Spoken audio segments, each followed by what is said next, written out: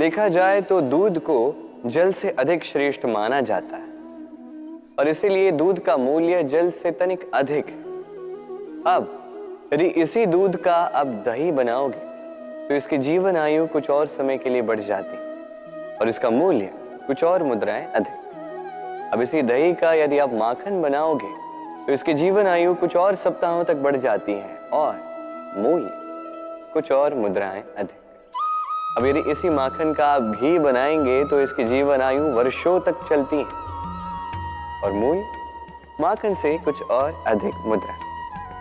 अब इन सब का मूल दूध ही है, किंतु इन सब की जीवन आयु में, इन सब के मूल्य में इतना अंतर क्यों?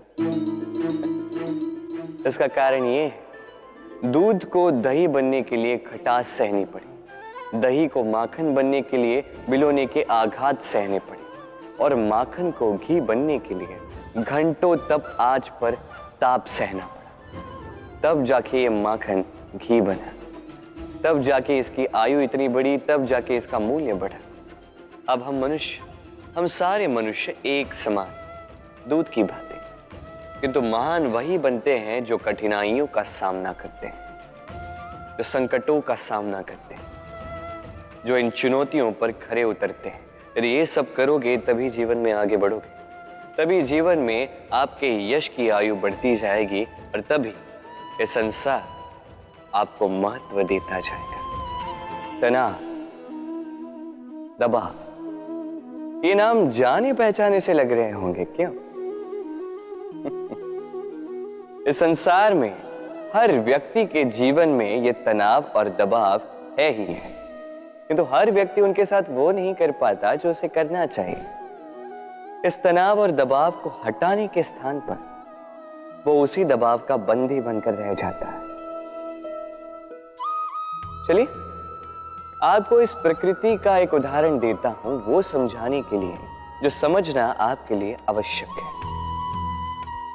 कभी किसी वृक्ष को देखा होगा, उस पर आप पुष्प भी देखते हैं, फल भी देखते हैं। किसी पुष्प को हाथ में लीजिए और दबा कर देखिए, उसमें से इत्र निकलता है जो हमें भाता है। किसी फल को लेके दबा के देखिए, उसमें से रस निकलता है, वो भी हमें भाता है। अर्थात तनाव और दबाव हमारे जीवन में किसी भी परिस्थिति में, किसी भी समय, किसी भी क्षण हमें तोड़ने के लिए नहीं है। ये आते हैं आपको वो बताने के लिए कि आपको अब भीतर से प्रेरणा को जगाना होगा और अधिक परिश्रम करने होंगे। अब आपको सर्वश्रेष्ठ बनना होगा। तो कभी भी इस तनाव और दबाव से दूर मत भागिए। मान लीजिए कि ये जीवन का अंग है, इसे सकारात्मक रूप से देखना सीख जाए। यदि ये आपने सीख लिया तो विश्वास कीजिए, आपका वास्तविक विकास यहीं से आरंभ होगा। इस पत्थर को देख रहे हैं आप, कितना गोल, कितना चिकना है। बच्चों को अक्सर इसके साथ खेलना बहुत भाता है, और क्यों ना भाई, ये कितना सुंदर, कितना सुडौल है। किंतु क्या कभी आपने सोचा ये पत्थर पहले क्या था? किसी विशाल से पर्वत, किसी विशाल से चट्टान का एक बहुत बड़ा तीखा पाषाण का खंड, जो कहीं से नदी में गिरा, नदी की धारा के साथ बहता रहा, चट्टानों से रगड़ता रहा, रेत के कणों से रगड़ता रहा, और धीरे धीरे तब जाके उसने ये आकार पाया। अब हम भी इसी पत्थर की भांति हैं। स्मरण रखिएगा, आपका व्यक्तित्व, आपका ये स्वरूप ईश्वर की देन नहीं है। हाँ, प्रकृति ने अवश्य ही आपको जन्म दिया है, किंतु आप स्वयं अपने व्यक्तित्व के रचयिता हैं, और आप ये रचते हैं कठिनाइयों का सामना करके, संकटों की धारा पार करके। तो आप भी इसी पत्थर की भांति निरंतर प्रयास करते रहिए, अपना अस्तित्व बनाते रहिए। छोटे से मनुष्य के इस छोटे से मन में चिंताएं बड़ी बड़ी पाई जाती। माता पिता की चिंता, संतान की चिंता, पत्नी की चिंता, काम की चिंता, भविष्य की चिंता आदि इत्यादि। मनुष्य का ये मन चिंताओं का पिटारा है, किंतु धीरे धीरे यही चिंता चिता बनकर व्यक्ति को समाप्त कर देती है। चलिए आपको एक बात स्मरण कराता हूं, बात जो आप पहले से ही जानते हैं। कैसी विचित्र बात है ना, देखिए आप इस संसार में आने से पूर्व भी ये संसार था, आप इस संसार से जब जाएंगे उसके पश्चात भी संसार रहेगा। अर्थात आपके आने से पूर्व और आपके जाने के पश्चात का समय आपके हाथ में है नहीं। तो आपके हाथ में है क्या? आपके हाथ में है वो समय जिसे आप अभी जी रहे हैं, वो समय जहां आप मुझे सुन रहे हैं, वो समय जहां मैं आपसे बात कर रहा हूं। बस यही आपके हाथ में है। अब इसका आप क्या करेंगे? चिंता करके नष्ट करेंगे? मैं तो यही कहूंगा कि आपको चिंतन करना चाहिए। चिंतन करें कि कैसे इस समय का अधिक से अधिक सदुपयोग किया जा सके, कैसे अधिक से अधिक महान कार्य हम कर सकें, शुभ कर्म कर सकें, कैसे हम सब में आनंद बांट सकें। स्मरण रखिएगा, ये चिंता चिता तक ले जाती है और चिंतन मन को कुंदन बना देता है। व्यक्ति कब सफल हो, कब असफल, कब हानि हो, कब लाभ, कब विजय मिले, कब पराजय, ये सब किस पे निर्भर करता है?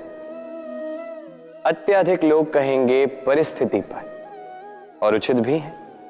यदि बाहर वर्षा का वातावरण हो तो बाहर वस्त्र कैसे सुखाए जा सकते हैं?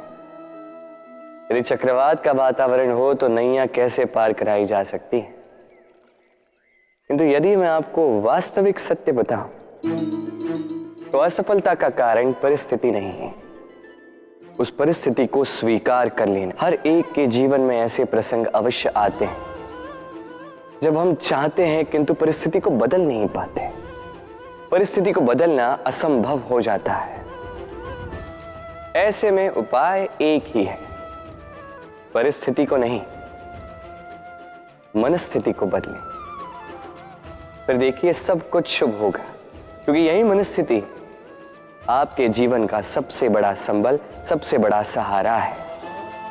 देखिए अपयश, असफलता हर एक के जीवन का भाग है ही है, किंतु आपको निरंतर प्रयास करते रहने होंगे, पुनः खड़ा होकर आगे बढ़ना होगा, तभी सफलता मिलेगी।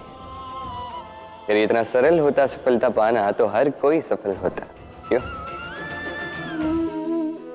कहते हैं जीवन में संबंधों में गणित नहीं होता, और उचित ही तो कहते। यदि इन संबंधों में हानि, लाभ, गुना, भाग ये सब आ जाए तो सब कुछ केवल व्यापार ही तो बन जाता है। ये सारा खेल बन जाता है केवल अंकों का, और ये जीवन निश्चित रूप से अंक गणित नहीं। इस जीवन में आनंद को बढ़ाना, पीड़ाओं को घटाना अंक गणित का नहीं, व्यवहार और प्रेम का खेल है। कभी किसी के सर पे हाथ रख के उसे शुभकामनाएं ही दे दो, कदाचित वो उसे इतना आनंदित कर दे कि वो इस संसार को जीते। कभी आपके मुख से किसी के लिए कुछ कटाक्ष निकल जाए और कदाचित वो उसे इतनी पीड़ा दे दे कि वो इस संसार में कुछ भी ना कर पाए। कभी भी जीवन में इन संबंधों में गणित को न लाए, कभी नहीं। न हानि, लाभ, न गुणा, भाग। स्मरण रखिएगा,